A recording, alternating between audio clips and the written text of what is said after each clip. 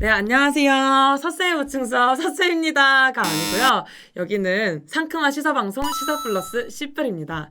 네, 여기 원래 가운데 메인 어디 사회자분이 가셨나요? 계셔야 되는데 안 계시죠? 어디 가셨지? 네, 제가 부담감이 굉장히 큰데요. 음, 오늘 같이 진행하던 구한이 진행자분께서 개인 사정이 있으셔가지고 오늘 이렇게 문경한 시사 칼럼니스트 분과 함께 오붓하게 방송을 진행하게 되었습니다. 네, 그래서 총선이 끝난 지금 이 총선 평가와 그리고 이후에 우리가 해야 될 것은 무엇인가 과제를 조금 이야기해 보려고 모셔봤는데요. 네, 문경아님 한번 모셔봤습니다. 안녕하세요. 어딜 봐야 되나요? 와우, 카메라 너무 많아가지고. 네, 알겠습니다. 사람은 2명인데 카메라는 4대네요.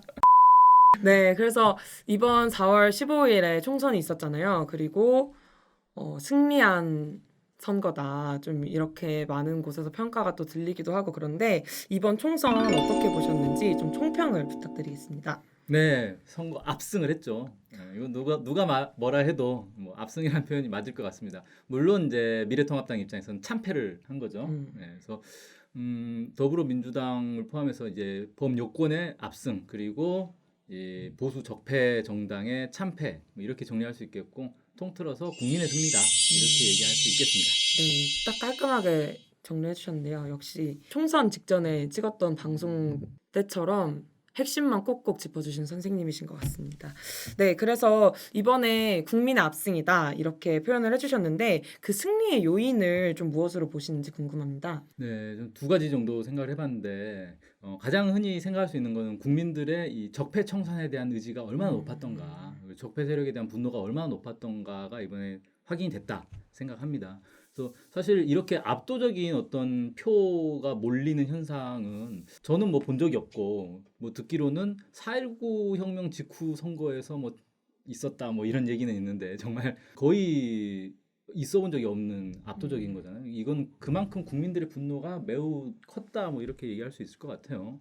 그다음에 이제 또 하나 생각해 볼 수 있는 점은 사실 이게 더 중요하다고 생각하는데 국민들이 어떤 진보 개혁 민주주의를 원하는 거는 이번이 처음은 아니란 말이에요. 그 이전에도 있었어요. 정도는 뭐 다르지만 예를 들어서 87년 6월 항쟁 같은 경우 민주주의를 위해서 그 전 국민이 다 들고 일어나지 않았습니까? 네.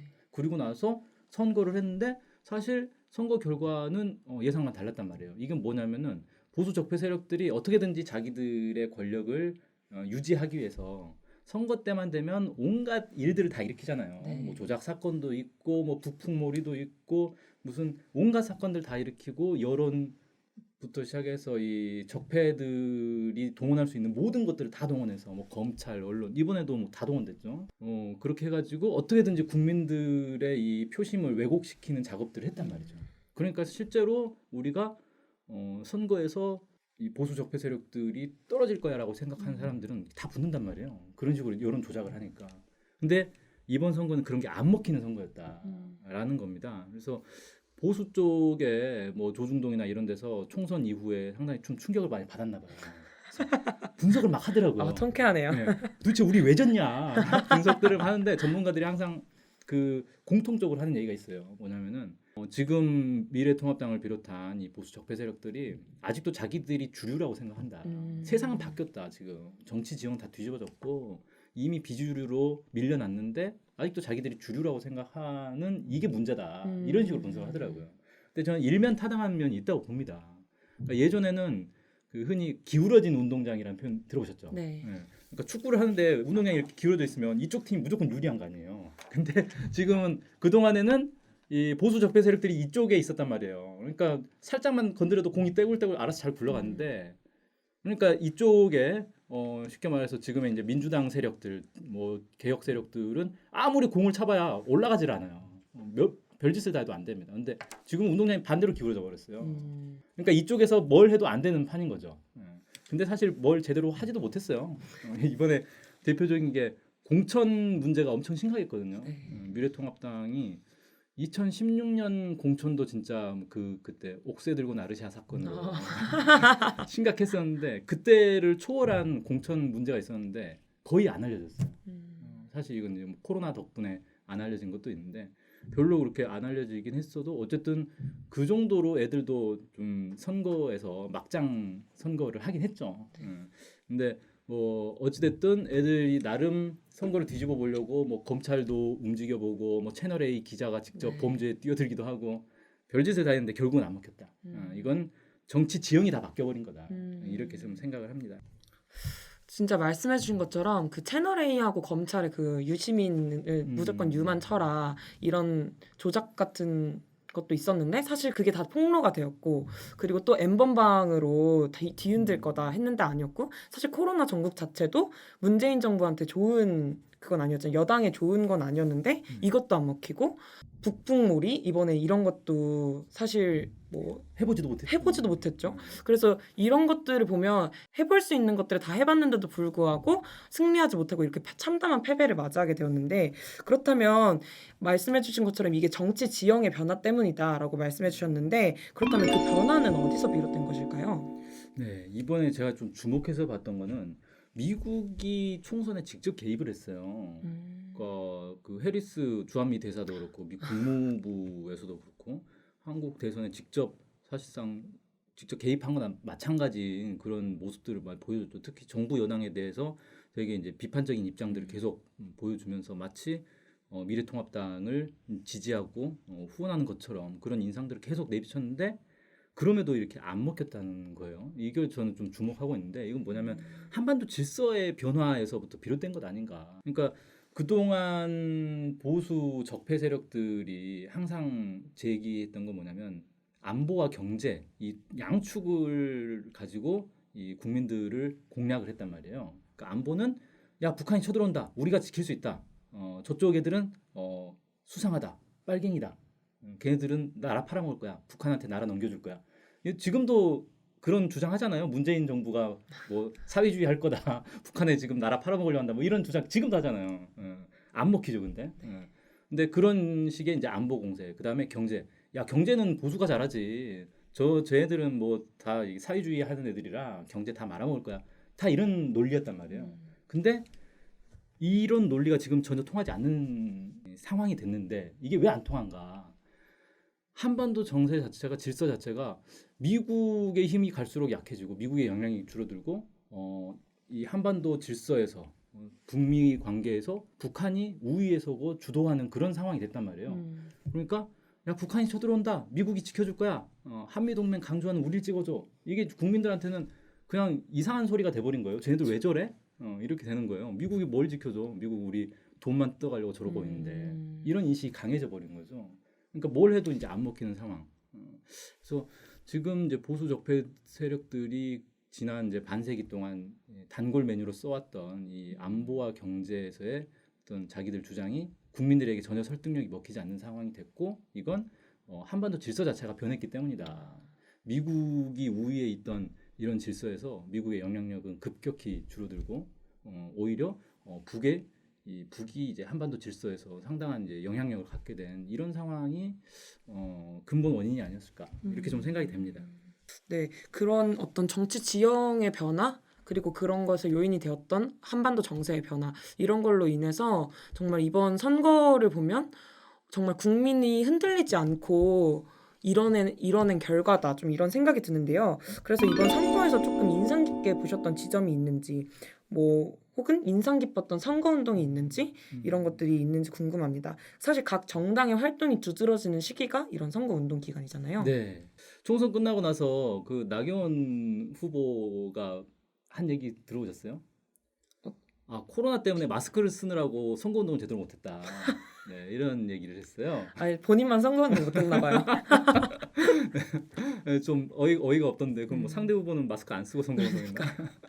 네. 근데 아무튼 코로나가 이번 선거에 상당한 영향을 미친 건 맞잖아요. 선거 운동도 코로나 때문에 상당히 많이 분위기가 바뀌어서 진행됐어요. 예전에는 진짜 선거 시기에 엄청 떠들썩한데 요즘 조용한 선거로 샥 바뀌더라고요. 뭐 마스크 쓰니까 아무래도 뭐 큰 소리 내기도 좀 어려울 테고 그래서 실제 선거 운동이 진짜 좀 차분하게 진행된 모습이 있고 근데 어쨌든 그건 뭐 여야 모두에게 다 해당되니까 사실 누구한테 일방적으로 유리했다 이렇게 얘기할 수는 없잖아요. 네. 근데 상당수 사람들이 코로나19 사태가 지금 여당한테 유리하게 작용했다 이렇게 분석들을 하더라고요. 그래서 저는 처음에는 반대로 생각을 했었거든요. 선거 이제 초기에는 이 전염병이 돌고 사회 혼란이 발생하고 이러면 이건 무조건 정부 여당에게 악재가 되기 때문에 불리할 거다라고 생각했고 실제로 야당도 그렇고 뭐 언론들도 전부 정부 공격하기에 급급했잖아요. 근데 정작 이 보니까 코로나19는 결과적으로는 여당에 도움이 되는 그런 방향으로 작용했는데 네. 저는 이건 정부가 대처를 잘했기 때문에 그렇게 된 거다. 라고 생각합니다. 그러니까 코로나19 자체는 정부에게 당연히 불리한 악재였죠. 근데 워낙 대처를 잘했기 때문에 그래서 세계적으로 칭찬을 받았잖아요. 네. 근데 되게 웃긴 건 뭐냐면은 우리나라 언론들은 절대 칭찬 안 해요. 해외 언론만 칭찬을 하고. 아, 희한한 상황인데. 예. 아무튼 이런 이제 코로나로 인한 좀 독특한 양상들 이런 게 좀 인상 깊었고 그다음에 또 하나는 정말 희한한 게 자기 찍지 말아달라는 선거 운동을 한 사람들이 있어요. 네, 희한하죠. 그럴 거면 선거 왜 나갔을까요? 자기 찍지 말아달라는 선거를 어디서 그 몇몇 후보들이 그런 이제 얘기를 했는데 이제 민중당 후보들이었어요. 보수 적폐 세력들을 이번 총선에서 심판하는 게 제일 중요하다. 그러자면은 이 미래통합당 후보를 떨어뜨려야 되는데 자기들을 찍음으로써 표가 분산돼 가지고 미래통합당이 당선되면 안 된다. 그러니까 자기를 찍지 말고 미래통합당을 떨어뜨릴 수 있는 당선 가능한 상대 후보에게 표를 몰아줘라. 이런 선거운동 하더라고요. 정말 되게 독특한 선거운동이죠. 그러면서 이제 정당 투표는 민중당에게 하고 지역 선거에서는 당선 가능한 이 미래통합당 떨어뜨릴 수 있는 후보에게 표를 찍어달라. 이렇게 선거운동을 했어요. 그래서 상당히 많은 호응을 얻었죠. 그리고 그 중에 한 후보는 실제로 그 투표용지가 인쇄되기 전날 사퇴를 해버렸어요. 투표용지에 자기가 찍히면 아무래도 자기 찍는 사람도 있을 거 아니에요. 네. 그러니까 이것도 안 된다. 무조건 미래통합당 떨어뜨리는데 다 집중해야 한다. 이러면서 이제 자기는 투표용지 인쇄하기 전에 사퇴하겠다. 이렇게 했는데 좀 진정성이 많이 느껴졌죠. 그래서 이런 게 이제 인터넷상에 돌면서 많은 사람들이 좀 감동하더라고요. 이런 게 좀 많이 인상적이었습니다. 정말 자기의 어떤 그런 이익보다는 정말 국민들이 원하는 게 무엇인지 이번 선거에서 그런 것들을 보여주는 또 사례였던 것 같은데 사실 이번 선거에는 또 국민이 다 했다 이런 표현들도 있어요. 사실 이번에 압승을 한 걸 보면 얼마나 국민들의 적폐청산 의지가 강했는지도 드러나잖아요. 그래서 국민 여론, 민심 이런 것들이 어떻게 선거에서 좀 표현됐는지 그런 것들이 어땠는지 좀 궁금합니다. 많은 국민들이 안타까워한 게 개표 딱 하고 나서 안타까운 게 이 영남 지역에 특히 대구 경북 지역에 빨간색으로 막 다 칠해지는 거 보면서 너무 안타깝다, 답답하다 이런 이제 얘기들도 많이 하더라고요. 그래서 저는 선거가 이렇게 딱 끝나고 나서 많은 국민들이 막 환호하면서 야 이거 우리가 완전 압승했다라고 엄청나게 막 기뻐할 줄 알았는데 생각보다는 그렇게 환호를 안 하는 거예요. 약간 차분하게 이겼다 이제 잘해야지 뭐 이 정도인 거예요. 왜 그럴까 생각해 보니까 원래는 더 기대한 거죠. 야 이건 진짜 200석? 네, 뭐 300석? 미래통합당 거의 한 진짜 2, 30석으로 그냥 확 줄여버렸어야 되는데 100석이 뭐냐 이게 어떻게 100석을 넘길 수가 있냐 뭐 이런 되게 좀 우리 국민들이 지금 이걸로도 만족을 못하는구나 뭐 이런 생각을 좀 많이 하게 됐습니다. 그리고 또 하나 이제 좀 특이했던 게 원래 선거라는 게 정당들이 이렇게 선거 운동하는 거잖아요. 네. 그러면 정당이 아닌 사람들은 뭘 할 수 있느냐? 실제로 많은 이제 시민 사회 단체들이 선거 운동은 아닌데 총선에 개입하기 위한 여러 가지 활동들을 합니다. 근데 이게 이상하게 선거법이 이상해져 가지고 오프라인상에서는 이게 거의 금지가 됐어요. 거의 할 수 있는 게 없고 그냥 온라인상에서 뭐 이렇게 글 쓰고 뭐 홍보하고 이 정도 외에는 오프라인상에서는 선거에 조금이라도 영향을 주면 이게 다 선거법에 걸리더라고요. 그래가지고 옛날에 뭐 2000년에 그 참여연대 중심으로 해가지고 낙선운동본부 이런 거 만들어가지고 낙선운동만 한참 했었거든요. 이게 이제 시민사회단체들의 어떤 총선 운동의 새로운 이제 정형을 만든 건데 이게 선거법으로 다 금지가 돼버렸어요. 낙선운동 못하게 막아버렸단 말이에요. 실제 선거 기간에는 정당의 선거 운동원들 말고는 사실 보기가 힘들죠. 근데 이번에 참 특이하게 정당에 속한 선거 운동원이 아닌데 선거 운동 열심히 하는 분들이 있더라고요. 그래서 언론에도 종종 나왔었는데 우리 대학생들이죠. 네. 이게 선거법에서 찾다가 합법적인 걸 딱 찾았어요. 개인이 가가지고 육성으로 얘기하는 건 상관이 없다는 거예요. 이렇게 마이크를 들면 안 되는데 개인이 가서 그냥 혼자 길거리에서 얘기하는 건 상관이 없다. 사실 당연한 거 아니에요? 네, 사람 표현의 자유라는 게 있는데 그래서 이 학생들이 다 뿔뿔이 흩어져서 개인이 열심히 이렇게 샤우팅이라 그러죠. 앰프도 없이 육성으로 이렇게 선거운동하는데 주로 그 낙선 대상자들에 집중해가지고 누구였죠? 오세훈, 나경원, 황교안, 민경우, 김진태 뭐 이런 쟁쟁한 사람들 있잖아요. 유명한 사람들 다 떨어졌어요 이번에. 그래서 대진년한테 걸리면 끝장나는구나. 그 대학생 단체가 대진년이잖아요. 실제 그 미래통합당 후보들은 대학생들이 다가오면 혹시 대진년 아니냐고 막 걱정한다고 하더라고요. 심지어 김진태 같은 경우는 선거운동하다가 대학생들이 다가오니까 파출소로 도망을 갔어요. 참 희한한. 네. 진짜 그 미래통합당 선거대책위원회인가 거기서도 하나의 의제로 올랐다는 걸 보긴 했는데 네. 진짜 이번 선거는 그런 어떤 국민들의 적폐청산의 의지를 정말 다방면으로 좀 보여줬다 이런 생각도 들고 대학생들이 그런 데 있어서 직접 후보를 찾아가기도 하고 하면서 혹은 또 정말 마이크 하나 없이 육성으로 그런 목소리를 내면서 우리 국민들의 목소리를 좀 되려 대변하려고 대표에서 얘기하려고 노력하지 않았나 또 이런 생각이 드는데 민주진보 세력이 180석 이상을 차지하면서 이낙연 더불어민주당 공동상임 선대위원장은 국민 명령을 받들어서 책임을 다할 것 이렇게 소감을 또 발표하기도 했어요. 그만큼 좀 21대 국회가 이런 국민들의 목소리를 받아들어서 국회가 짊어진 과제를 잘 해내겠다 이런 의지를 좀 보인 것으로 볼 수 있는데요. 가장 좀 그중에서도 선차적으로 힘을 좀 기울여야 될 부분은 어디일까요? 해야 될 일이 너무 많아가지고 선차적이라니까 뭐부터 꼽아야 될지 잘 모르겠네요. 일단 당장 오늘 이 방송 녹음하는 날이죠. 20일에 뭐가 있냐면은 그 TV조선하고 채널 A 그 승인 여부 가리는 재심사가 있어요. 하거든요. 그래서 어떻게 될지 모르겠는데 일단 뭐 말 나온 김에 이 언론 개혁 문제를 꼽지 않을 수가 없는데 이번에 이제 드러났듯이 총선에서 언론들이 어떤 역할을 했는가 국민들의 눈과 귀를 가리고 온갖 왜곡 가짜 뉴스로 판을 쳤잖아요. 심지어는 뭐 채널에 아까 얘기했듯이 범죄에 가담을 하는 그런 언론들이 더 이상 국민들을 현혹하면 안 된다. 이건 반드시 이번 정부에서 해결을 해야 됩니다. 이거. 예전에 이제 그 노무현 정부 시절에 노무현 대통령이 조선일보 문제를 해결하기 위해서 진짜 노력을 많이 했어요. 근데 결국은 패배했습니다. 조선일보가 정부 하나를 좌지우지할 정도로 막강한 힘을 가지고 있어요. 근데 그런 신문이 사실 적폐들 편에 있다는 게 매우 무서운 거죠. 이거 절대 용납하면 안 되는 거거든요. 그래서 조중동과 종편들에 대해서는 반드시 손을 봐야 된다. 이번 정부 안에 임기 안에 손을 봐자. 그래서 21대 국회가 해야 될 중요한 과제다. 이렇게 좀 얘기할 수 있겠고요. 언론 개혁. 네. 그 다음에 지금 이제 검찰 개혁 문제 여전히 아무것도 바뀐 건 없어요 지금. 중요한 거는 공수처와 공수처뿐만 아니라 이 검찰 개혁, 사법 이 적폐, 이 청산 이런 것들에 대해서도 지금 빨리 손을 봐야 된다. 제가 제일 우려하는 건 뭐냐면은 지금 윤석열 검찰총장이 무슨 생각을 하고 있을까? 정말 순순히 패배를 인정하고 내 시대는 이제 끝났구나라고 인정을 할까? 아니면 여전히 반격의 기회를 노리고 있을까? 궁금하죠.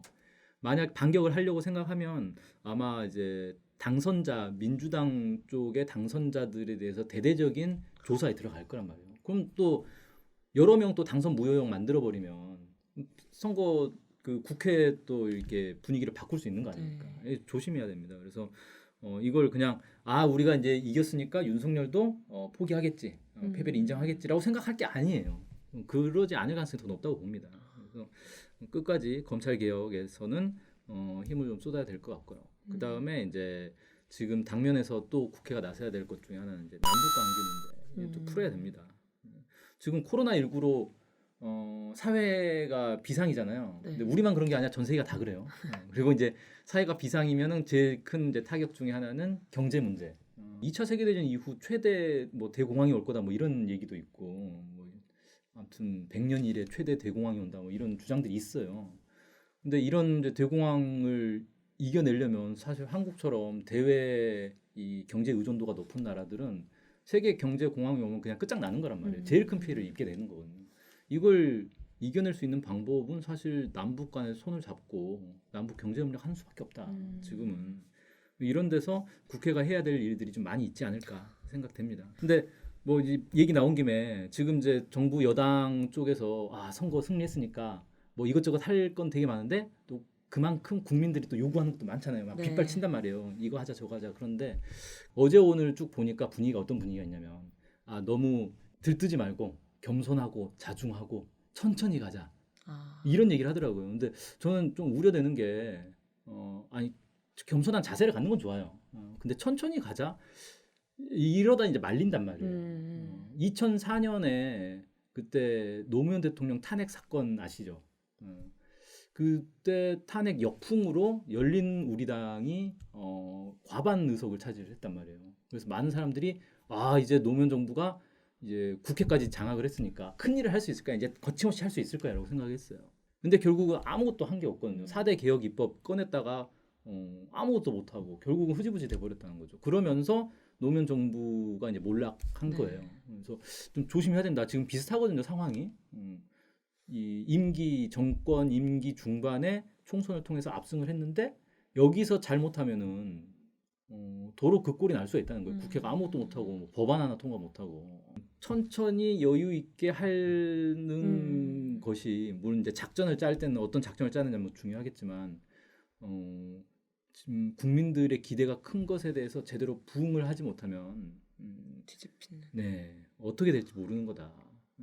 이거를 좀 명심을 해야 될 것 같습니다. 네, 되게 중요한 부분을 말씀해 주신 것 같은데 사실 천천히 가다가 보수 진영과 그리고 거기에 결탁해 있는 언론, 검찰, 말씀해 주신 개혁이 필요한 이런 곳들이 결탁을 해서 어떤 큰 일을 칠지도 모른다는 약간 이런 불안감이 또 들기도 하는 것 같아요. 저는 사실 그런 얘기들도 있잖아요. 어쨌든 압승이라고 민주 진보 세력의 압승이다 이렇게 표현을 하면서도 진보 정당, 그러니까 더불어민주당을 제외한 진보 정당들은 앞으로의 과제로서 또 삼는 부분들도 있잖아요. 이런 것에 대해서는 또 어떻게 생각하시는지 궁금합니다. 네. 진보정당 이번에 진짜 사실 목적한 바를 전혀 이루지를 못했어요. 그러니까 정의당 같은 경우는 상당히 그 기대를 많이 했던 것 같은데 뭐 6석밖에 못 얻었던 거고 민중당은 의회 진출을 노렸는데 실패를 했어요. 그래서 3%는 나오지 않겠느냐 막 노력을 했는데 3%에 한참 못 미치는 성적을 얻었죠. 그래서 저는 이제 뭐 다 진짜 진보 정당으로 이렇게 분류를 하니까 뭐 두 당을 얘기를 했는데 이번에 이제 생각을 해봐야 될 건 진보 정당이 진보적 의제를 내는 건 좋은데 진보적 의제라는 게 기준이 뭐냐? 국민들이 바라는 게 진보적 의제 아닌가? 저는 참 안타까운 게 국민들은 다 총선 승리했다라고 기뻐하고 있는데 진보 정당들이 울상인 거는 이건 좀 문제가 있다. 진보 정당이 왜 국민과 함께 기뻐하지를 못하는가? 이거는 국민들의 마음을 정확히 못 읽고 있기 때문에 그런 거 아닌가?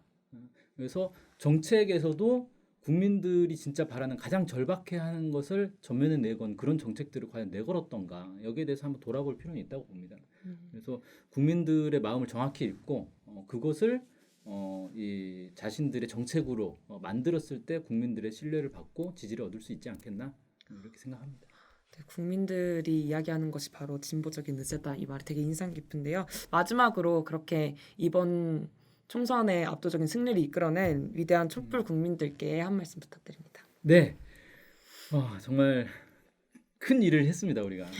그래서 대선, 지방선거를 이어 총선까지 이 적폐청산의 길로 이렇게 매진을 했는데 아직도 이제 시작입니다 사실.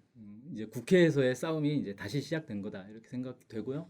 이 힘은 국민에게서부터 나온다. 지금 이제 국회를 뽑아놨으니까 국회의원들이 알아서 잘하면 문제가 절대 아니다. 그리고 지금까지 이제 봐왔듯이 국민들이 관심에서 멀어지고 정치인들이 알아서 하겠지라고 놔뒀을 때 어떻게 되는가 이미 여러 번 반복해서 봐왔기 때문에 더 이상 우리가 이제 정치인들에게 알아서 하라고 맡기면 안 되고 우리 국민들의 힘으로 끝까지 해야 된다. 그래서 좀 안타까운 게 저는 이 코로나19 때문에 이 촛불 집회를 못 하고 있잖아요. 광장에 모이지를 못하고 있는데 이게 국민들이 목소리를 낼 수 있는 공간이 필요하거든요. 그래서 열심히 지금 뭐 온라인 촛불 집회 이런 것도 진행되고 있고 그런데 그런 국민들이 직접 목소리를 낼 수 있는 꼭 선거가 아니더라도 일상적으로 국민들이 자기 요구를 낼 수 있는 그런 공간들이 좀 더 많이 열려야 되겠다. 그리고 여기에 더 많은 국민들이 함께 해야 되겠다. 이렇게 좀 생각이 됩니다. 네, 이렇게 총선을 승리하고 다시 뵈가지고 다시 뵙고 이렇게 얘기를 나눌 수 있어서 너무 좋았는데요. 오늘 출연해 주셔서 너무 감사하고 마지막으로 하셨던 말씀도 꼭 그렇게 되길. 네, 그런 국민들이 목소리를 더 얘기할 수 있는 그런 공간과 시간이 마련되길 바라면서 오늘 방송을 좀 마무리하도록 하겠습니다. 오늘 출연해 주셔서 너무 감사합니다. 고맙습니다.